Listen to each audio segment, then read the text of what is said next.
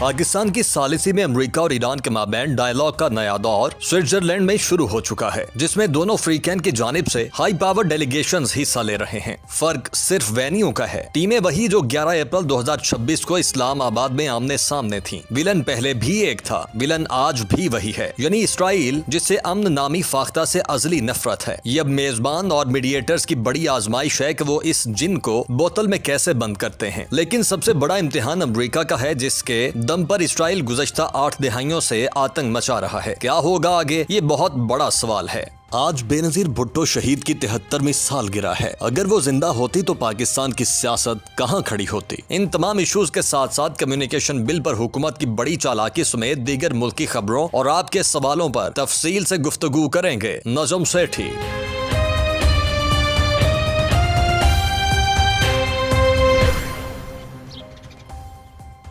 अस्सलाम वालेकुम। आज है 21 जून 2026, 21 जून 2026। आप देख रहे हैं आज की बात सेठी के साथ। मैं हूँ सैयद आयशा नाज। मेरे साथ मौजूद है नजम सेठी साहब। अस्सलाम वालेकुम। तो नजम सेठी साहब, आपकी पेशगोई के मुताबिक मेज़ सज चुकी है मुज़ाकरात की। और कल हम कह रहे थे कि मोहसिन नकवी साहब पुश करने गए हैं ईरानी डेलीगेशन को, तो ईरानी चीफ नेगोशिएटर बाकर कालिबाफ साहब, अब्बास अरागची साहब, इसके अलावा Steve Witkoff, Jared Kushner, JD Vance, वो पहुंच चुके हैं स्विट्ज़रलैंड, जिन्होंने ऐलान किया था कि वो जाने वाले हैं। लेकिन बड़ी जल्दी ये महफिल सजी और यहाँ पाकिस्तान से वज़ीर आज़म पाकिस्तान और फॉरेन मिनिस्टर भी और मोहसिन नकवी साहब भी वहाँ मौजूद हैं। जो सीन्स स्क्रीन पे हमें दिखाई दे रहे हैं सुबह से, किसी हद तक तो नाकाबिले यकीन लगते हैं कि पिछले साल 22 जून का दिन था जब अमेरिका की जानिब से ईरान पर हमला किया गया था, और एक साल के अंदर अंदर पाकिस्तान ने ये मुमकिन बनाया कि पाकिस्तान इनको मुज़ाकरात की मेज़ पर ले आया है। और इस मौके पर कतरी वज़ीर आज़म को भी हमने वहाँ मौजूद पाया जब जेडी वैंस और वज़ीर आज़म पाकिस्तान ने मीडिया से बात की। हमारे फील्ड मार्शल भी वहाँ मौजूद थे। इस मौके पर वज़ीर आज़म पाकिस्तान ने जो बात की, उनका ये कहना था कि हम उम्मीद करते हैं कि जब हम वापस जाएं तो हमारे पास मुआहदे की एक ज़बरदस्त दस्तावेज़ हो। जो माहौल बन रहा है सेठी साहब वहाँ पर, जो विजुअल्स हमारे सामने चल रहे हैं, उसको देखते हुए आप किस हद तक पेशरफ्त की उम्मीद रखते हैं इस मीटिंग से? देखिए, विजुअल से कुछ नहीं पता चलता। विजुअल्स के अंदर जब ये मिलते हैं तो सारी हंकी डोरी होता है, हाथ है, दो हाथ है, ये तो वो सब। Don't pay any attention to that. Okay. जब ये बातें शुरू होंगी ना, हार्ड टॉक, तो उस वक्त फिर बहुत हार्ड टॉक होगी। उस वक्त ये जो सलाम दुआ और जफियाँ और ये अपनी जगह पे। अच्छा। बट ये दिस इज़ नॉट अबाउट यार दोस्त मिल रहे हैं और ये these are antagonists, these are strategic players, nations are meeting.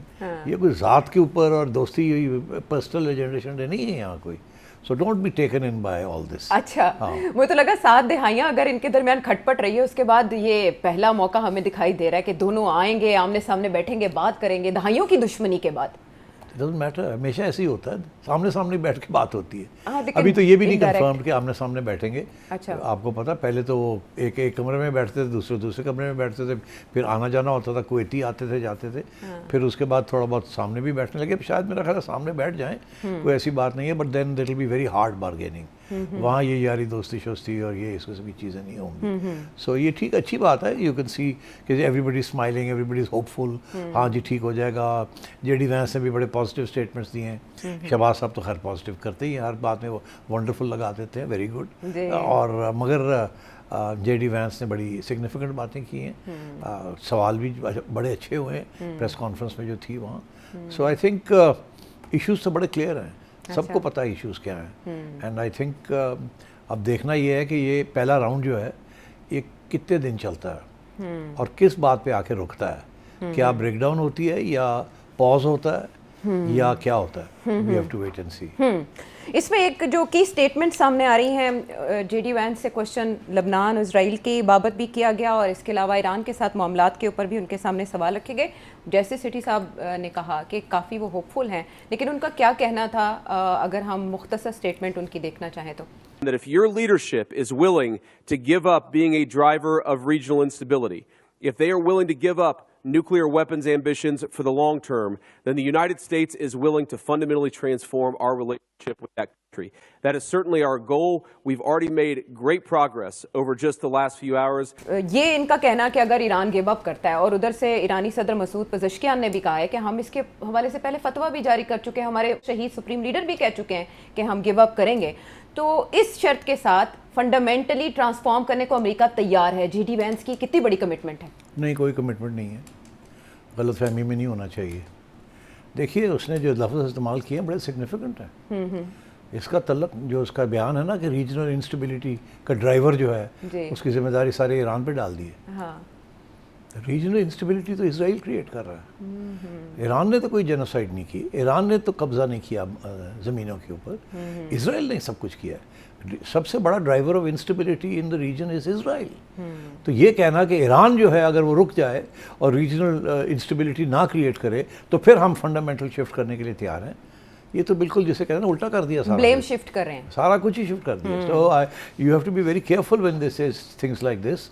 This is a one sided statement. सारे का सारा उसने रीजनल इंस्टेबिलिटी जो है ईरान के खाते में डाल दी है। एंड इसका तल्लुक न्यूक्लियर इशू के साथ नहीं है बिल्कुल। Let me make that clear इस बयान का। So I think and I think this is very significant because अब हमने सुना है कि इजराइल की तरफ से जो बयान आ रहे हैं जी, उनके डिफेंस मिनिस्टर का जो बयान आया है वो तो यही है कि हम तो लेबनान में बैठे हैं, हम किसी सूरत में वापस नहीं जाएंगे और हम अपनी जारियत रखेंगे बिकॉज वहाँ हिजबुल्लाह बैठा है और वो हमें हिजबुल्लाह से ख़तरा है। तो उन्होंने तो बड़ा वाज़े कर दिया जी, कि किसी ये सीज़फायर 1 दिन की है 2 दिन की है, वो तो बिल्कुल करेंगे जो वो पहले करते रहे हैं। तो इसलिए मैं समझता हूँ कि ये बहुत ही एक वीक स्पॉट है, जैसे कहते हैं चेन के अंदर ये सबसे कमज़ोर लिंक है ये हिजबुल्लाह और लेबनान। और क्योंकि जो MOU है उसके अंदर तो वाज़े तौर पे लिखा है कि लेबनान के अंदर सीज़ फायर होगी। ये पहला या सेकंड पॉइंट है इन दी MOU जी, कि जी ceasefire will cover not just Iran and Iran की रीजन बट ऑल्सो पैरा 13 है जिसमें उन्होंने कहा है कि आप पहले 1, 4, 5, 10 और 11 पर अमल दरामद करेंगे। वो लेबनान में सीज फायर के बारे में ही और है, वो देश की शरह। जब ये सीज़ फायर अभी जो हुआ है जी वो इट इज़ इसमें लेबनान इंक्लूडेड है। जी, तो वो तो इसको कॉन्स्टेंटली हमने पाकिस्तान ने भी ये शहबाज शरीफ साहब के स्टेटमेंट में भी सबसे पहले दिन से ये बात आ रही है। तो इस वक्त तो इजराइल तो तैयार नहीं है ना सीज़ फायर के लिए। लेकिन एक मेज़ पे जो बिठाने जा रहे हैं 23 से 25 जून तारीख आ रही है जिसके लिए मार्को रूबियो और लबनानी सदर के दरमियान फ़ोन पे बात हुई है और ये मुज़ाकरात वाशिंगटन में होने जा रहे हैं दोनों पार्टीज़ के दरमियान, जो इस MOU में तो फरीक नहीं है लेकिन ज़ाहिर है उनकी बात हो रही है। मगर ये पहला राउंड नहीं है ना। पहले भी तो इसराइल की और इनकी लेबनान वालों की वाशिंगटन के अंदर व्हाइट हाउस में इन्होंने मुलाकात करवाई जी, हो चुकी थी है। और उससे बड़ी वाज़े तौर पे बात ये हुई थी कि इसराइल कह रहा है लेबनान की फ़ौज को कि आप हिजबुल्लाह को मारें, हमारा साथ दें और हिजबुल्लाह के ख़त्म करते हैं मिलके। वो आगे से जवाब देते हैं हम नहीं कर सकते, हमारी फ़ौज नहीं लड़ सकती, ना ही हम लड़ना चाहेंगे, इस कॉन्फ्लिक्ट के अंदर हम नहीं आना चाहते। तो यहाँ आके बात रुक गई है ना। अब इसराइल यही कह रहा है और यही अमेरिका भी प्रेशर डाल रहा है लेबनान के ऊपर, मगर साथ साथ अमेरिका ये भी कह रहा है इसराइल को कि यार अब हमारा जो डील है इसको ख़राब मत करो, चुप करके बैठो थोड़ी देर के लिए। So I think this is where we are right now. और फॉक्स न्यूज़ को इंटरव्यू देते हुए प्रेसिडेंट ट्रंप का ये फार्मूला देना कि आप हिजबुल्लाह का मामला जो शाम के सदर हैं अहमद अशरा उनके हवाले कर दें, वो इसको सॉल्व कर लेंगे, ये किस हद तक काबिल अमल है? नहीं ठीक है, वो शाम का भी रोल हो सकता है, इराक का भी रोल हो सकता है, बट बात बड़ी सीधी सी है, इसलिए मैं समझता हूँ कि ये कॉन्फ्लिक्ट ख़त्म नहीं होने वाली। इस कॉन्फ्लिक्ट का मेन ड्राइवर इसराइल है, इसराइल की ग्रेटर इसराइल पॉलिसीज़ हैं और वो उसने ऑलरेडी इजिप्ट का हिस्सा एक कब्ज़ा कर लिया है, सीरिया का हिस्सा कब्ज़ा कर लिया है, इराक के अंदर बढ़ गए हैं, हम लेबनान के अंदर पहुँच गए हैं। वो ग्रेटर इसराइल के पीछे पड़े हुए हैं और as long as that is the agenda of the Israeli state तो कोई अमन नहीं होगा और ईरान के साथ झगड़ा लड़ाई चलेगी। हिजबुल्लाह को और हमास को ईरान मदद करेगा, ये अपने असासे जो हैं उनको नहीं छोड़ देगा और ना ही इसके असासे ईरान को अलग आइसोलेट होने देंगे। So this is a major issue and the major issue is Israel not Iran. लेकिन अभी प्रेसिडेंट ट्रंप ने ताज़ा ट्वीट करके ये कहा है कि ईरान को अपनी प्रॉक्सी से दस्तबरदार होना पड़ेगा वरना खौफनाक नताइज होंगे। इस टेबल पे ये तो कब से कह रहा है आयशा जी, क्या हो गया उसके साथ? लेकिन इस टेबल पे आपको लगता है कि कोई ऐसा फार्मूला तश्कील हिजबुल्लाह के हवाले से? कोई नहीं होगा। ईरान का मौका बड़ा सीधा सा है। पहली स्टेज पे इसराइल लेबनान से निकले ओके और इसराइल अटैक करने बंद करे, यहाँ सीज़ फायर को चलने दें। हम गारंटी करते हैं कि हमास नहीं कुछ करेगा, हिजबुल्लाह कुछ नहीं करेगा। अच्छा। मगर आप अपनी जेनोसाइड बंद करें, वेस्ट बैंक के अंदर एविक्शंस जो आप कर रहे हैं वो बंद करें और लेबनान से बाहर निकलें आप, तो ये तो एक पाउडर कैग है ना ये तो ईरान तो कभी किसी सूरत में भी जी इस जंग जीतने के बाद अपने असासे अमेरिका के हवाले कर देगा या इसराइल के हवाले कर देगा, तो होगा दुश्मन नहीं। ये सिर्फ बातें कर रहा है डोनाल्ड ओके। ट्रंप। अपनी कंस्टिट्यूंसी अमेरिका के अंदर उनको दिलासा दे रहा है कि मैंने सरेंडर नहीं किया, मैं तो अभी भी ये डिमांड कर रहा हूँ। मैं अभी आज उससे फिर धमकियां दी हैं कि मैं ये कर दूंगा, मैं वो कर दूंगा। आपने देखा उसकी आज की जो धमकी है। जी। तो ये तो डोनाल्ड ट्रंप का स्टाइल है, एक तरफ निगोशिएट भी शुरू कर देता है और कहता है बस हो गया मसला हल, दूसरी तरफ धमकियां देता है कि मैं उड़ा दूंगा, मैं ये कर दूंगा, मैं वो कर दूंगा। No one takes him seriously. जो फुटेज हमने आज देखी उसमें कतरी प्राइम मिनिस्टर को हमने काफ़ी नुमाया देखा, वज़ीर आज़म के साथ वो भी मौजूद थे। अब ये 4 लोग जब टेबल पर बैठेंगे या इनके आपस में जो मुज़ाकरात होंगे, आपके ख्याल में कितने दिन चलेंगे और मैक्सिमम नतीजा क्या निकलते हैं? नहीं, ये पहली बात तो ये है कि आज आपने नोटिस किया कि उन्होंने फील्ड मार्शल साहब की कितनी तारीफ़ की। जी। ये बड़ी सिग्निफिकेंट बात है, मैं आपको बताऊं क्यों। उसकी वजह ये है कि हमें खबरें मिल रही थी कि फील्ड मार्शल साहब का बहुत अहम रोल रहा है, मगर अब जब जेडी वैंस ये खुद कहता है जी। कि मैंने तो पिछले महीने 2 से हर रोज़ ही लिटरली मेरी बात हो रही है, पिछले 3 महीनों में सबसे ज़्यादा बातचीत उनकी फील्ड मार्शल से हुई है, फील्ड उनके मार्शल बकौल। से हुई है। जी।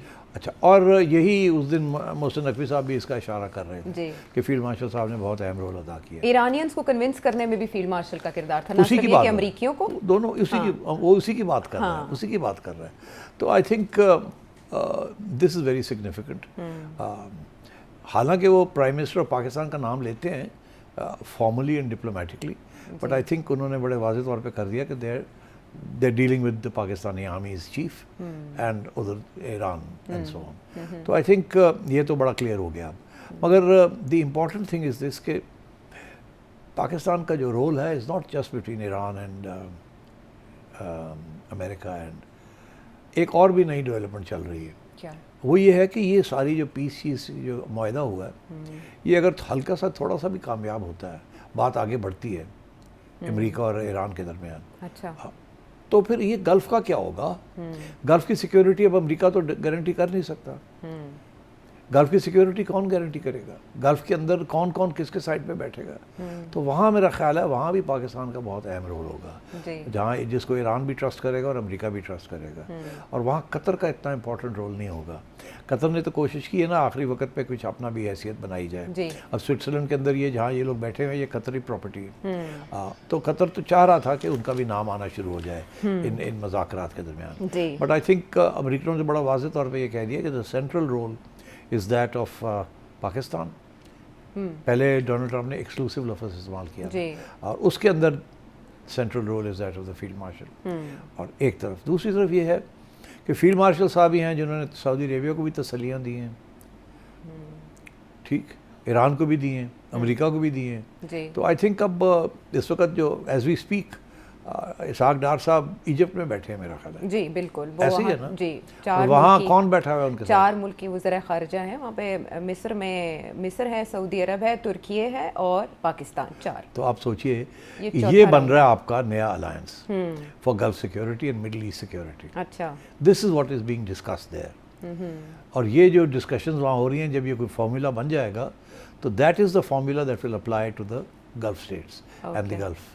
और वो जो है उसके ऊपर अब अमेरिका की भी मोहर होगी। अब देखिएगा जब ये आपस में तय कर लेते हैं ना कि हम चारों मिल के गल्फ सिक्योरिटी इसको हम गारंटी करेंगे और अश्योर करेंगे और वील प्ले द रोल। अच्छा। तो एक तरफ डार साहब को भेज दिया उधर, वो स्टिच अप करने के लिए वो उधर होमवर्क कर रहे हैं। उधर कर रहे हैं कि जैसे ही ये थोड़ा बहुत कामयाब हो तो वो जो है एजेंडा ला के लगा दें कि ये हमने तैयार कर लिया सारा कि यहाँ कैसे चलेगा सब कुछ। क्योंकि वहाँ बहुत से इश्यूज हैं ना, टोल के इश्यूज हैं, सिक्योरिटी के इश्यूज हैं, अमेरिकन बेसिस के इश्यूज हैं। तो all these issues have to be resolved और ये चारों ने मिलकर वहाँ ये रिजॉल्व करना है। और आपने देखा इससे समथिंग वेरी इंपॉर्टेंट लोग भूल जाते हैं, क्या? Is the role of Turkey. American commentators कह रहे हैं कि इजराइल ने की जो प्लान था जी। वो ये था कि पहले तो ईरान की छुट्टी कराई जाए ना, रिजीम चेंज कराई जाए, और फिर वो ग्रेटर इजराइल की तरफ जब जाते हैं जी। तो उनकी टक्कर आनी थी टर्की के साथ। जी। और अमेरिकन कमेंटेटर्स ये कह रहे हैं कि आप भूल जाएं, टर्की के साथ टक्कर लेना is not the same, even not the same like taking a टक्कर विद ईरान। क्यों? वो कहते हैं ईरान एक पुरानी सिविलाइजेशन है जो कि बड़ी स्टेबल रही है और ये लोग वॉर लाइक नहीं हैं। ये वॉरियर्स जो हैं they are not in the same category. वो कहते हैं तुर्क्स तो है वो तो तारीख में कॉन्करर्स रहे हैं, love fighting, they are martial races. वो कह रहा है इजराइल तुम्हें समझ आ जाएगी कि जिस दिन तुमने टर्की के साथ टक्कर ली ना, तुम सब कुछ भूल जाओगे, तुम ये इराक और ईरान और ये सब भूल जाओगे। टर्की और टर्क्स आर फाइटर्स, और टर्की जो है is a major going to be a major player, इसको ना अंडर एस्टिमेट करें। तो गल्फ में Iran, in this area and in Iraq and that whole area, Syria, Turkey. तो वहाँ भी टर्की की इजराइल के साथ क्लैश आनी है। अच्छा, क्योंकि टर्की ने वो एरिया मार्क किया हुआ कि ये हमारा स्फीयर ऑफ इन्फ्लुएंस। तो आई थिंक ये जो 4 लोग वहाँ बैठे हैं, this is fantastic, because Pakistan is going to provide some security, both specially military security to Saudi Arabia, और Iran doesn't need any military security, उसको रूस और चाइना से मिल जाती है वो जी। और बाकी जी आप देख लीजिएगा, Turkey is also going to be a major player in this whole thing. तो सो यू जो लोग बात करते हैं ना another little NATO, Muslim NATO शेटो, तो ये वो तो खैर नेटो शेटो नहीं, but there will be understanding between these four. So I think ये चीज़ें बहुत सी डेवलप हो रही हैं। आप ना तवक्को करें कि ये अगले महीने, 2 महीने, 3 महीने में ये मसले हल हो जाएंगे, ये चलेगा मामला। बट जो फंडामेंटल चीज़ है, फंडामेंटल चीज़ ये है कि तब्दीली आएगी। अब वो तब्दीली जो है इस सारे नक्शे को बदल देगी, और वो तब्दीली 2 फ्रंट्स के ऊपर होगी। एक तो इस होल एरिया के अंदर तब्दीली आएगी, दूसरी ये कि अमेरिका जो है उसका जो रोल है in the global economy and in the global politics, वो तब्दील हो जाएगा। अमेरिका विड्रॉ करेगा and American influence all over the world जो है वो कम हो जाएगी, with the result that America Israel relations इनमें इसमें भी तब्दीली आएगी। वो क्रिटिकल है, बिकॉज इजराइल और अमेरिका है लाइक दिस। और अब जो सिचुएशन हो रही है वो ये हो रही है कि इजराइल सख्त खिलाफ हो गया है डोनाल्ड ट्रंप के जी, बिकॉज इट फील्स के उससे बिट्रे कर दिया है। उधर डोनाल्ड ट्रंप को जिसे कहते हैं पसूड़ी पड़ी हुई है कि अमेरिकन पब्लिक ओपिनियन जो है वो इजराइल के खिलाफ हो रहा है, एंड बाय डेफिनेशन फिर रिपब्लिकन्स के खिलाफ भी हो जाएगा। और वो आपने देखा जोरान ममदानी ने पहले, जैसे कहते हैं ना, पहला पत्थर मारा था न्यूयॉर्क की इलेक्शन में, और प्रूव किया कि द जूइश पॉपुलेशन जो है they are with Mamdani and against Israel because of the genocide. And globally भी इजराइल जो है उसकी जो आउटरीच है, वो प्रोफाइल है, वो गिर रही है, नेगेटिव हो रही है। तो I think you will see changes in Israel, you will see changes in American policy towards the middle east. ये सारी चीज़ें होने जा रही हैं, बट वक्त लगेगा, लड़ाई झगड़े होंगे, अप एंड डाउन होगा, presidents will come and go, but eventually 10 years from now or 5 years from now minimum, you will see a major shift in the whole spectrum of politics in this area. और ये जो सारे ज़ल्ज़ले आएंगे इसमें पाकिस्तान उभर के सामने आएगा। अच्छा, पाकिस्तान का रोल जो है ना वो अब आप देखिए कि एकदम बहुत हाई प्रोफाइल हो गया।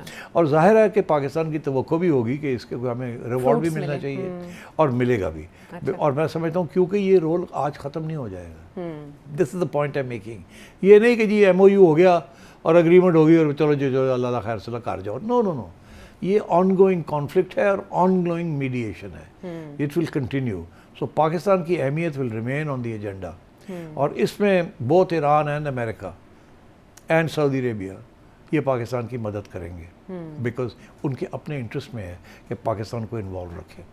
तो उसके अंदर क्या सहूलतें मिलती हैं, क्या फैसिलिटीज़ मिलती हैं, सैंक्शंस कैसे ख़त्म होती हैं, ईरान कौन सी फेवरेबल टर्म्स देता है, सऊदी अरेबिया क्या रिम्यूनरेशन देता है, सिक्योरिटी अरेंजमेंट में क्या लेना देना, all this. I think Pakistan is now has arrived, definitely arrived. अगर ये इकोनॉमिक बेनिफिट इसमें से पाकिस्तान की हुकूमत नहीं निकाल सकती तो it would be greatly tragic, because ये वो मौका है कि स्ट्राइक वाली iron is hot when you are in need, when you are in demand. तो बहुत कुछ मिल सकता है इनको, from lower prices of oil to pipelines and to other assistance from the Americans via multilateral institutions and so on. So I think if you play your cards well, you are at the एक ऐसी जगह पे आप आ गए हैं जहाँ आप से बहुत से एडवांटेजेस ले सकते हैं। और ऐसा मौका तारीख में पहले कभी नहीं आया जिसमें आप इस तरह इस नौयत के सम्राट जो हैं वो पाकिस्तान के लिए हासिल कर सकें।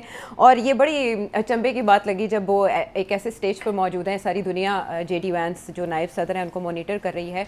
एक तरफ वो इसराइल की क्लास लेते हैं कुछ दिन में, और उसके बाद जब वो आज बात करते हैं फील्ड मार्शल की तो वो तशबीह क्या देते हैं, मेरा ख्याल है वो शामिल करते हैं क्लिप जी। Field Marshal in Pakistan, Asim Munir. I will say that since Field Marshal Munir welcomed us with the Prime Minister in Islamabad. I have joked that I have two very, very important people in my life, an Indian and a Pakistani. The Indian is my wife, and the Pakistani is Field Marshal Munir.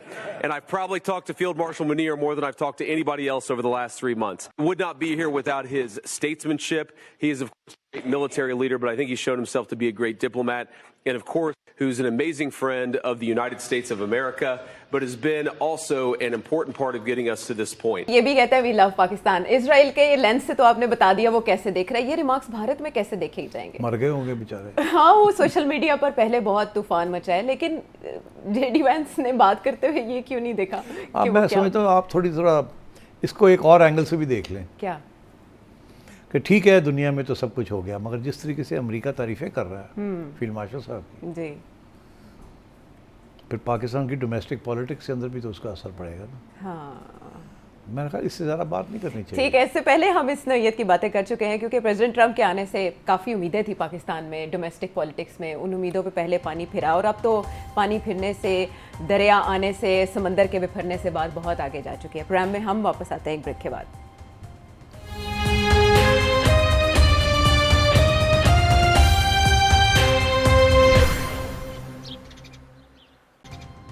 Show में साथ देने का शुक्रिया। Seat साहब, इससे पहले कि Kalashnikov निकालने की जहमत आपको करनी पड़ती है। यार मैं मजाक कर रहा था, लोगों ने उसको मीम्स बनानी शुरू कर आप दिए जैसे अमन पसंद इंसान से कोई एक्सपेक्ट नहीं कर रहा था कि आप ये कमेंट करेंगे कि मैं क्लाशनकोव निकाल लूंगा। तो सब मैं क्या हैरान हो कहता गए, फिर? सब हैरान हो गए। आप प्रोटेस्ट करें भाई, आपके हाथ में कलम है, आप प्रोटेस्ट कर सकते हैं। क्लाशनकोव कलम जड़ा टूट गया सारा कुछ। कलम की नोक आप फिर भी चुभाते रहते हैं। पाकिस्तान के अंदर सिर्फ आजकल एक ही जुबान चलती है, क्या? बस अब रहने देना। अच्छा, लेकिन फिर भी आप आजकल मैं हर बात में कहता हूँ रहने दे, इशारों में ही काम करना चल पड़ेगा। रहने दे, वो याद आ जाता है। इशारे ना, बस हाँ, करने काफी से ज्यादा है। नहीं लोग कहते हैं जी पूरी खुल के गल करें। एनीवेज, आपने जो बात की, अब आपकी बात सुनी गई। एक कमेटी वज़ीर आज़म ने बना दी है, वो रिव्यू करेगी राइट ऑफ वे प्रोविजंस जो भी इसमें मुतनाज़े हुई। मैं ये एक्सपेक्ट कर रही थी, और जैसे आपने डिमांड भी किया था प्रोग्राम में, कि भाई इस्तीफे आने चाहिए, जिम्मेदारी फिक्स की जानी चाहिए। ये TORs तो ये बताते हैं कि नोक पलक सुधारी जाएगी 27A 27B के मुतनाज़े शिकों की, जो काम सेनेट की कमेटी ऑलरेडी करने का ठान चुकी थी। तो ये कमेटी का क्या मानी, क्या मकसद? देखिए, शोर तो पड़ गया ना जी, अब शोर पड़ गया, अब कुछ ना कुछ तो करना पड़ेगा ना। तो गवर्नमेंट ने कहा कि हम इसको रिव्यू करते हैं, ठीक है। अच्छा। अब रिव्यू के लिए वापस लॉ मिनिस्ट्री चली जाती तो बेहतर था, मगर इन्होंने सोचा कि एक कमेटी बना दी जाए। उसको कहा कि 3 दिन के अंदर अंदर आप ABCDEFGH ये इश्यूज हैं, इनको जरा एक दफ़ा फिर से देख लें। टू बी फेयर, इसमें दो डायमेंशंस हैं, एक फेयर डायमेंशन है और एक अनफेयर डायमेंशन है। अच्छा, फेयर डायमेंशन ये है कि जो उन्होंने TORs बनाए ना, ये सवाल को देखें, इस सवाल को देखें, इस इल्ज़ाम को देखें, इस इल्ज़ाम, जी, वो बिल्कुल सही नोट किया है। वो एरियाज़ हैं जहाँ बहुत कंट्रोवर्सी, जहाँ क्लैरिफिकेशन चाहिए, रीड्राफ्टिंग चाहिए, और शायद वहाँ अमेंडमेंट्स भी चाहिए। अच्छा, तो वो तो पहचान लिया हुकूमत ने, दैट इज़ वेरी गुड। मैं दाद देता हूँ कि आपने पहचान लिया कि मसले कहाँ हैं। याद होता ना कि कह देते कि जी बस वो सारा लॉ देख लेंगे, पता लगता नहीं ये गोल कर रहे हैं। मगर अब क्योंकि खुद आइडेंटिफाई कर दिया, इन सब के ऊपर अब जजमेंट देनी पड़ेगी, इनको गौर से देखना पड़ेगा। तो विच इज़ फाइन, यही वो एरियाज़ हैं जो उन्होंने आइडेंटिफाई किए हैं इसके अंदर, जिसको देखना चाहिए फिर से और रीड्राफ्टिंग करनी चाहिए। दूसरी जो ये तो फेयर बात हो गई। जो अनफेयर बात है कि ये कमेटी उसी किस्म के लोगों की है जिन लोगों ने ये पहले कानून बनाया है। उसके अंदर शायद मेरा ख्याल है एक साहब नए आए हैं जी, या एक दो हो सकते हैं, but secretary ministry of IT and telecom तो वही हैं। ये सारे वही लोग हैं जिन्होंने ये मिल के ये बनाया है। मगर इसमें एक साहब ऐड हुए हैं। हाँ, वो कौन? वो है बैरिस्टर ज़फ़रुल्लाह साहब। जी, बैरिस्टर ज़फ़रुल्लाह साहब का तारीखी तौर पे नून लीग के साथ जी, वाबस्तगी है। मगर बैरिस्टर साहब की जो सबसे स्ट्रॉन्ग पॉइंट है, he is a master of drafting. अच्छा, उनकी जो लीगल क्लैरिटी है वो कम ही लोगों के पास है जो बैरिस्टर साहब के पास है। तो मैं समझता हूँ ये बड़ी अच्छी एडिशन हुई है। अच्छा, इसके भी 2 पहलू हो सकते हैं। क्या? एक तो ये इतने माहिर हैं कि फिर ऐसी कोई कहानी बनाएं जो कि हमें समझ ही ना आए और यही काम फिर हो जाए, लफाजी में ऐसा लफाजी में कर दें। हाँ। दूसरा ये है कि ये एहसास हो जाए इनको कि इसमें ज़्यादतियाँ हुई हैं और इसको ठीक तरीके से बैलेंस करना है। और प्राइवेट प्रॉपर्टी और प्राइवेट इंटरेस्ट को भी रखना है, प्रोटेक्ट करना है, while you are also protecting the interests of economic development and telecom communications. After all, they going to put a lot of money into these projects. 5G के लिए unfurl करना है तो उसके लिए बहुत सी चीज़ें चाहिए जी। तो दोनों चीज़ों को देखना है। तो आई थिंक बैरिस्टर ज़फ़रुल्लाह साहब को चाहिए और मेरी उम्मीद है कि he will play a very constructive role कि ये सारे मसले जो हैं इसको हल करें और ताकि इसके ऊपर कोई इशू ना बने। तीसरी चीज़ ये है कि अगर छोटा मोटा इशू भी रह गया ना और उसको एड्रेस ना किया from the publics point of view, not from the corporate sector point of view, public के पॉइंट ऑफ व्यू से कोई चीज़ रह गई तो ये चैलेंज हो जाएगा कॉन्स्टिट्यूशनल कोर्ट में। अच्छा, आईनी अदालत में बिल्कुल चैलेंज हो जाएगा। इसमें इतनी खामियां हैं इस ड्राफ्ट में, किसी की चीज़ के ऊपर आप इसको ले जा सकते हैं टू द कॉन्स्टिट्यूशनल कोर्ट। अगर ये कॉन्स्टिट्यूशनल कोर्ट में ले गए ना तो डिले हो जाएगी, वहाँ जल्दी फैसले नहीं होते, वहाँ लंबे लंबे आर्ग्यूमेंट्स होते हैं, फिर डिलेज होती हैं, फिर छुट्टियाँ हो रही हैं आजकल। तो यहाँ इसके पीछे जो मोमेंटम था ना कि जल्दी करो जल्दी करो जल्दी करो, ये टेलीकॉम्स की तरफ भी था, 5G को करना है जी। वो हमने कमिटमेंट की हुई है और उसके साथ इंटरनेट फैसिलिटीज़ बनानी है, सब कुछ करना है तो और डेटा बनाना है स्प्रेडिंग के लिए तो और फैसिलिटी, तो ये कुछ फैसिलिटीज़ चाहिए इनको टेलीकॉम कंपनीज़ को अपने टावर्स के लिए, अपने इक्विपमेंट के लिए, वो बिल्कुल जायज़ है उनका डिमांड, मगर जिस तरीके से वो इसको इम्प्लीमेंट करना चाह रहे हैं दैट इज़ नॉट राइट। तो मैं समझता हूँ कि ये चीज़ों को बैलेंस करने की बड़ी सख्त ज़रूरत होगी, नहीं तो ये चैलेंज हो जाएगा। जब चैलेंज हो गया तो ये जो इसके पीछे जो मोमेंटम है, ये मोटिवेशन है कि जल्दी करो और सारा कुछ ही दे दो, वो सारा रह जाएगा, फिर ये बिल फंस जाएगा। तो मैं इसीलिए रिक्वेस्ट करूंगा बैरिस्टर साहब को और इस कमेटी को, आज़म नज़ीर तारड़ साहब को रिक्वेस्ट कर लें। तारड़ साहब को, खैर तारड़ साहब ने तो पहले भी देख के किया, अब अल्लाह करे शहरी रहमान साहब आए हैं, वो भी देखेंगी। चले अब नाम आप बड़े नाम ले रहे हैं ठीक है, आप उनको रिक्वेस्ट करते हैं कि मैं सिर्फ बैरिस्टर साहब की बात करूंगा। शहरी रहमान साहबा करती हैं तो बड़ी अच्छी बात है, नहीं करती तो it doesn't really matter, because उनके कभी कभी वो भी ऐसे कानून पास कर देती हैं जो कि वो बड़ी, बस अब मैं क्या करूँ, अच्छा। बेहतर है कि मैं ना ही करूँ, दोस्ती ख़राब हो जाएगी। तो अब ये है कि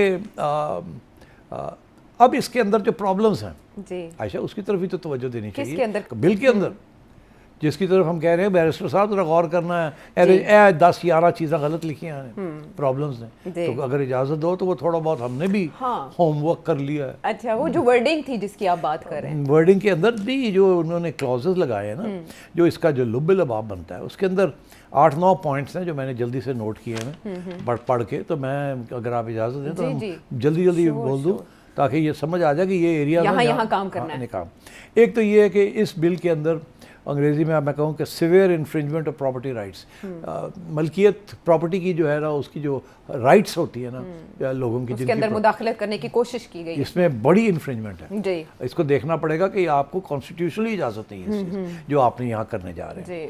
दूसरी बात है कॉम्पनसेशन, कि यहाँ जो कॉम्पनसेशन का जो मैकेनिज्म है वो ख़त्म ही कर दिया, उसको इरेडिकेट ही कर दिया, और यही कहा कि जो फैसला हम करेंगे वही टेलीकॉम्स जो फैसला करेंगी वही फैसले होंगे।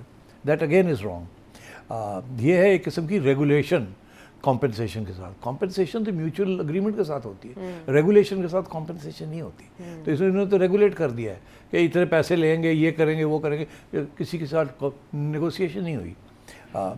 फिर ये है कि अगर आप इजाज़त नहीं देते, चुप करके बैठ जाते हैं, तो डीम्ड अप्रूवल, मतलब है कि समझा जाएगा आपने दे दी है। ये तो वैसे ही है कि अगर तुसी हाँ नहीं करते तो समझेंगे हाँ होगी, खामोशी रजामंदी है। और अगर तुसी ना कर दो तो थोड़ी ऐसी तैसी फाइन कर दे। ये तो नॉनसेंस है ये तो। अच्छा, उसके बाद है जब नेगोशिएशन होती है तो आमतौर पे नेगोशिएशन में जुडिशल चीज़ें आ जाती हैं कि फेयर क्या है, that is a matter for judgement and justice. यहाँ रेगुलेटरी फ्रेमवर्क और गवर्नमेंट जो एग्जीक्यूटिव है वो फैसला करेगी। अच्छा, that is another problem in this कि एग्जीक्यूटिव अपने हक में फैसला जाहिर करेगी, माइट इज राइट हो जाएगा, तो ये दिस इज अनदर प्रॉब्लम।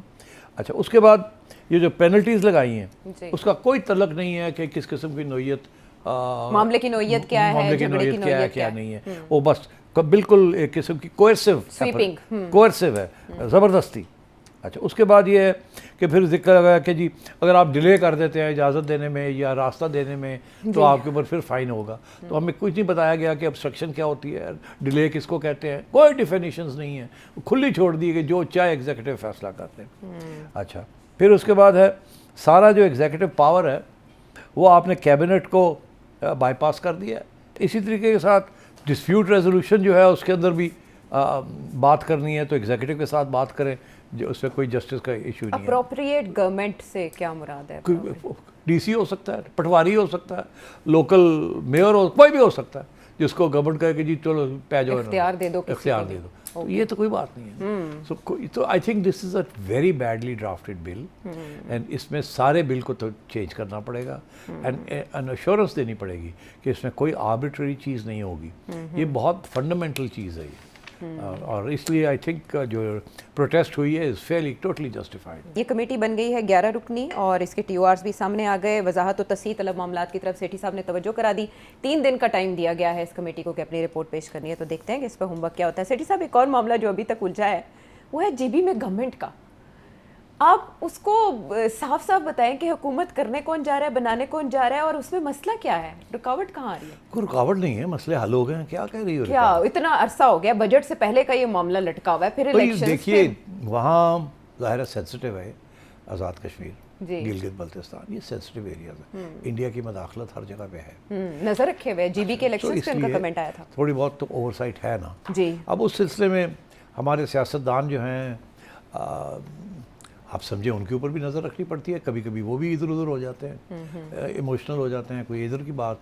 आपने देखा KP के अंदर क्या हुआ है, आप देख रहे हैं कि बलूचिस्तान में क्या हो रहा है। सो इसलिए देयर इज़ अ सेंसिटिविटी। इसलिए मेरा ख्याल है ये फैसला हुआ है कि नून लीग हो या पीपल्स पार्टी हो या कोई भी वहाँ हुक्मरानी करे, अगर वो सही काम नहीं करते तो फिर मौका उनके पास होना। तो अब ये जो IPP बनी है जी, इसको इसीलिए बनाया गया है ताकि बैलेंस जो है इनके पास हो, सीधी सी बात। तो उनका ये है कि ठीक है जी, आप पीपल्स पार्टी के साथ मिलकर बना लें, अगर पीपल्स पार्टी ने गड़बड़ की तो खिसक जाएंगे, तो ये हट छोड़ के नून के पास आ जाए। अल्लाह खैर सल्ला। नून ने गड़बड़ की तो ये इंडिपेंडेंट को इकट्ठे करके इधर का तोड़ के उधर तोड़ के एक और बन जाएगा। सो बात ये है कि इसमें जिम्मेदारी के साथ पीपल्स पार्टी को बिहेव करना चाहिए और इस चीज़ को चलाना चाहिए। और इसी तरीके के साथ अब ये जो नून के साथ भी वहाँ अंडरस्टैंडिंग हो रही है कि डिप्टी स्पीकर जो है नून का होगा और उधर जो है गवर्नर जो है वो भी नून का होगा। तो अगर मिलजुल के ये कर लें तो आई थिंक इससे बेहतर कुछ नहीं हो सकता। वज़ीर-ए-आज़म ने तो ऑफर भी ये किया, लेकिन पीपल्स पार्टी ने अमजद हुसैन एडवोकेट साहब को, जो उनके सदर थे वहाँ, उनको वज़ीर आला के लिए नामज़द किया। और आपको याद शो में हमने डिस्कस किया था कि persona non Greta for establishment. तो इसीलिए फिर वो अलीम खान साहब बैठे हुए ना उनकी पार्टी कि अगर अमजद साहब गड़बड़ करेंगे तो फिर जाहिर है फिर अमजद साहब नहीं रहेंगे। सीधी सी बात है। देखिए ये सिलसिला जो है ना, ये PTI में भी है कि बहुत बुड़के मारते हैं, बहुत सी फजूल बातें कर जाते हैं, फिर उसके बाद रिग्रेट करते हैं। फिर जब तो इनको सबको अब सोचना चाहिए कि रियासत के साथ टक्कर लेना जो है ना इज़ नॉट एडवाइजेबल। आजकल रियासत जो है उसके जो सरबराह है वो इज़ फ्लाइंग वेरी हाई, तो ज़रा ख्याल रखना चाहिए इन सबको। नहीं मतलब मैं कोई प्रो और एंटी बात नहीं कर रहा, मैं ऑब्जेक्टिवली बता रहा हूँ, हकीकत ये है। तुसी करोगे तो फिर ठाप पाएगी, उन तुसी फैसला कर लो, तुसी इनकलाबी बढ़ना है या तुसी काम चलाना है आगे। ज़माने की चाल को देखना चाहिए। और वो अच्छा, कहते हैं ना, मुझे अब याद आया, वो इमरान खान साहब को भी तो यही मैं एडवाइस देता हूँ ना कि भाई आप मेहरबानी करें, कोई बातचीत शुरू करें, कोई जिद ना करो, कुछ रास्ते खोलो। अच्छा, वो लोग कहते हैं नहीं जी नहीं ऐसे होना ही नहीं, तो सेठी साहब तो इस्टेब्लिशमेंट की बात कर रहे हैं, ये वो। बात ये है कि आजकल बात किसकी करें हम? जो पावर है, ब्रोकर है, उसी की बात करेंगे ना। जिसके पास पावर है उसी की बात करेंगे ना। जब हम बात करते हैं ग्लोबल पॉलिटिक्स की तो चाइना अमेरिका की बात करते हैं ना। हम वहाँ कोई बॉर्नियो की बात तो नहीं करेंगे, हाँ जी, कोई अफ्रीकन कंट्री की बात तो नहीं करेंगे। अब बात यह है कि वो कहते हैं कि हमें खान साहब को मिलने दें और खान साहब को बाहर निकालें। आपने कुंडी लगाई हुई है, आपने ताले लगाए हुए हैं बाहर। एक्चुअली एक और तरीका भी है इसको देखने का कि खान साहब ने अंदर से कुंडी लगाई हुई है। Nice perspective. कहते हैं दरवाज़ा खोलो, कहते हैं मैं नहीं खोलना।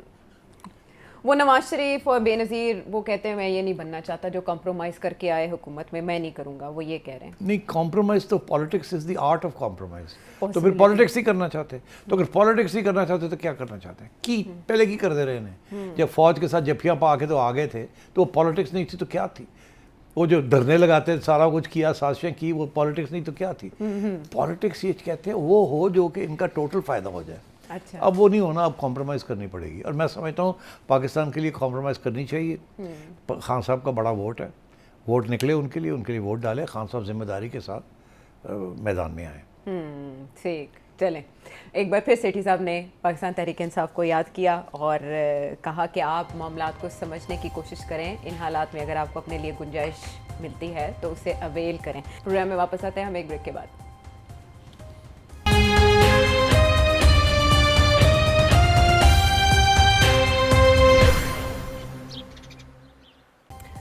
Welcome back to the show. आज के दिन की मुनासिबत से हम याद कर लेते हैं बीबी शहीद मोहतरमा बेनज़ीर भुट्टो को। 21 जून है आज, और 1953 को पैदा होने वाली बीबी अगर आज ज़िंदा होती तो 73 बरस की होती। मुस्लिम दुनिया की पहली खातून वज़ीर-ए-आज़म थी, उनके पास ये एजाज़ है, दुख्तर मशरिक़ उन्हें कहा जाता है। अगर आज वो ज़िंदा होती, हयात होती, आप उन्हें क्या मैसेज करते, और आज वो अगर होती तो क्या फ़ैसले करती पाकिस्तान की पॉलिसी को लेकर? हाँ, आई थिंक ये बहुत अहम सवाल है। इतनी बड़ी ट्रेजेडी सिर्फ एक पर्सनल ट्रेजेडी नहीं थी, ये पाकिस्तान के लिए बहुत बड़ी ट्रेजेडी थी। मैं आपको एक्सप्लेन करता हूँ पाकिस्तान के लिए कैसे ट्रेजेडी थी। मोहतरमा जब वापस आई जी 2007-8 में, जी 7 में, तो वो क्या एजेंडा लेके आई थी? कितने लोगों को याद है कि वो क्या एजेंडा था उनका? उनका जो मेन एजेंडा ये था, जिसके बारे में उन्होंने ऐलान कर दिया था कि वो पाकिस्तान की फॉरेन पॉलिसी रिगार्डिंग तालिबान उसको तब्दील करेंगी, जिसकी, और उन्होंने कहा था कि I will crush the Taliban, क्योंकि ये टेररिस्ट्स हैं। और पाकिस्तान ने कुछ उस वक़्त की इस्टेब्लिशमेंट कुछ पाल रही थी इनको, अच्छा, उनको जगह दी हुई थी यहाँ। अमेरिका के साथ उस वक़्त की इस्टेब्लिशमेंट गेम्स खेल रही थी। तो मोहतरमा ने आने से पहले ये बयान दे दिया कि मैं आऊँगी तो I am going to put an end to this support for Taliban. जब उन्होंने बयान दिया तो हेडलाइंस बनी, और उस वक़्त तालिबान जो, और उस वक़्त पाकिस्तानी तालिबान की बात थी, क्योंकि पाकिस्तानी तालिबान के साथ उस वक़्त बहुत से मुआहदे हो रहे थे, और पाकिस्तानी तालिबान जो थे उनका ताल्लुक अफ़गानी तालिबान के साथ था। तो मोहतरमा ने ये फ़ैसला किया कि पाकिस्तानी तालिबान को अब खिलाया पिलाया नहीं जाएगा और सख्ती की जाएगी। जब उन्होंने ये बयान दिया तो उस वक़्त पाकिस्तानी तालिबान के लीडर थे बैतुल्ला मसूद साहब। बैतुल्ला मसूद साहब ने फिर बयान दिया कि हम मोहतरमा को असैसिनेट कर देंगे। लोग भूल गए ये तारीख़ का हिस्सा है। जी। मैं इसलिए कह रहा हूँ बिकॉज इसकी सारी कवरेज हमने की थी। जो उस वक़्त मैं एक अंग्रेज़ी अखबार का मदीर था, तो हमने हेडलाइन चलाई थी कि मोहतरमा ये कह रही है और बैतुल्ला कह रहा है कि हम इसको ख़त्म कर देंगे। उसके बाद हमने एक इंटरव्यू भी की थी बैतुल्ला मसूद की, एक सेनेटर के ज़रिए, केपी का एक सेनेटर थे, उनके ज़रिए हमने बैतुल्ला की इंटरव्यू की, जिसमें उसने ये कहा कि हम उसको नहीं छोड़ेंगे। तो मोहतरमा को पता था कि she was a target. Okay. उसके बावजूद ही केम, फिर कराची में दे ट्राई टू असैसिनेट हर, आपको याद है? जी। फिर लाहौर 18 में अक्टूबर। यहाँ भी खतरा था कि हो सकता है कुछ, फिर पिंडी में फाइनली दे सक्सीडेड। जी। ठीक है। अच्छा, तो अगर मोहतरमा असैसिनेट ना होती, और प्राइम मिनिस्टर तो बनना था उन्होंने, जी, तो वो प्राइम मिनिस्टर बन रही थी, तो फिर क्या पाकिस्तान की तालिबान पॉलिसी में क्या तब्दीली आती? या फॉरेन पॉलिसी में, या जाहिर है उसका फिर तल्लुक फॉरेन पॉलिसी के साथ था। मैं आपको बता दूं, उसके बाद पीपल्स पार्टी की गवर्नमेंट आई, जरदारी साहब आ गए, ठीक है ना, ही वन दो इलेक्शन हुए और वो जीत गए पीपल्स पार्टी। जरदारी साहब ने ये फैसला किया, और उस वक़्त की इस्टेब्लिशमेंट के साथ मिलके कि तालिबान के साथ कोई डील कर लिया जाए। अच्छा, असैसिनेशन के बाद उन्होंने डील का फैसला किया। 2000 पहले तो ये उनके खिलाफ कार्रवाई हुई, जी। फिर उसके बाद डीलें शुरू हो गई, फिर एक डील के बाद दूसरी डील के बाद तीसरी, पैसे देने और ये करना वो करना। केपी के कोर कमांडर्स जो थे वो लगे हुए थे डीलें करने, और वो पैसे लेके डील करके फिर शुरू कर देते थे मार्केट आई। तो उस वक़्त एक पूरी अपीजमेंट की पॉलिसी शुरू हो गई थी टीटीपी की। अच्छा। और उसमें फिर इमरान खान साहब का बहुत बड़ा रोल था। वो कहते थे ये मुहिबुल वतन पाकिस्तानी है, ये मिसगाइडेड है, इनसे डील्स करें और इनके साथ लड़ाई ना करें। Good Taliban bad Taliban. और वो कहते थे कि नहीं सारे तालिबान गुड हैं, ये खान साहब का ये मौक़िफ़ था। लेकिन गुमराह हो गए हैं। हाँ, लेकिन गुमराह, तो इसलिए उनको मारने की कोई ज़रूरत नहीं है। उनके साथ कोई डील शील कर लेते हैं ये। और वो ये खान साहब भी बीच में आ गए, और 2013-2014 में खान साहब का यही मौक़िफ़ था कि तालिबान उस वक़्त तक आर्मी पब्लिक स्कूल के ऊपर अटैक हो चुकी थी 2014 में, जब जिसके बाद फिर पाकिस्तान की इस्टेब्लिशमेंट ने और जरदारी साहब के साथ मिलके ये फैसला, जरदारी साहब उस वक़्त की इस्टेब्लिशमेंट मियाँ साहब की गवर्नमेंट आ चुकी थी 2013 के बाद, और ये फैसला हुआ कि अब इनके खिलाफ मिलिट्री ऑपरेशन होना, फिर एक बहुत बड़ा मिलिट्री ऑपरेशन ठीक। तो ये मिलिट्री ऑपरेशन जो है this was delayed by at least 5-6 years. अगर मोहतरमा पावर में होती तो ये 2008-9 तक ख़त्म हो जाना था, क्योंकि 2007 में इलेक्शंस अनाउंस होके फिर 2008 में हुए। तो बीबी होती तो ऑपरेशन शुरू हो जाता। उन्होंने उस वक्त बीबी ने वुड हैव सेड के ऑपरेशन करो, ये ट्रबल मेकर्स हैं, इनके साथ मुआहदे नहीं होने। मगर उस वक्त की इस्टेब्लिशमेंट और खान साहब और फिर जरदारी साहब ने कहा ठीक है करके देख लो। पहले इन्होंने स्वात के अंदर ऑपरेशन किया, फिर उसके बाद इन्होंने मुआहदे करने शुरू कर दिए। अगर उसको कंप्लीट करते तो शायद ये दिन ना आता कि ये तालिबान इतने मजबूत हो गए। उसके बाद ये फिर अफ़गानिस्तान चले गए और वहाँ इन्होंने पनाह ली। तो एक तो ये सबसे बड़ी इंपॉर्टेंट डेवलपमेंट। दूसरा ये कि ये जो पॉलिसी थी कि अफ़गान तालिबान की हेल्प करनी है और जो अमेरिकन सपोर्टेड गवर्नमेंट है अफ़गानिस्तान में उसको कमज़ोर करना है और वहाँ तालिबान की हुकूमत लानी है, ये भी तो हमारी रियासत की पॉलिसी थी। मोहतरमा ने इसको नहीं एंडोर्स कर रहा था। मोहतरमा अमरीकनों को वादा करके आई थी कि ये भी नहीं, मैं इसको भी एक्सेप्ट नहीं करूँगी, क्योंकि ये तालिबान सारे एक जैसे ही हैं, पाकिस्तानी हों या वो हों। अच्छा। ये एक्सट्रीमिस्ट हैं और ये हमारे लिए सबके लिए रीजन के लिए मसला भी बनेंगे। तो उसलिए अगर मोहतरमा होती तो अफ़गान तालिबान भी उनकी भी एक डील हो जानी थी और शायद वहाँ ब्रॉड बेस्ड गवर्नमेंट भी बन जाती है अफ़गानिस्तान में। मगर क्योंकि यहाँ फ़लसफ़ा ये था उस वक़्त कि जी हमने तालिबान की हुकूमत लगानी है और ये करज़ई शरज़ई और ये जो है गनी इनको छुट्टी करानी है। अच्छा। इसीलिए इमरान खान ने जब ये फाइनली तालिबान ने पावर सीज़ किया तो इमरान खान ने कहा कि गुलामी की जंजीरें तोड़ दी। ये गलत पॉलिसी थी। कोई गुलामी की जंजीरें नहीं तोड़ी थी, ये तो गुलामी की जंजीरें लगाई थी जो आज आप भुगत रहे हैं। ये तालिबान आज भुगत रहे हैं।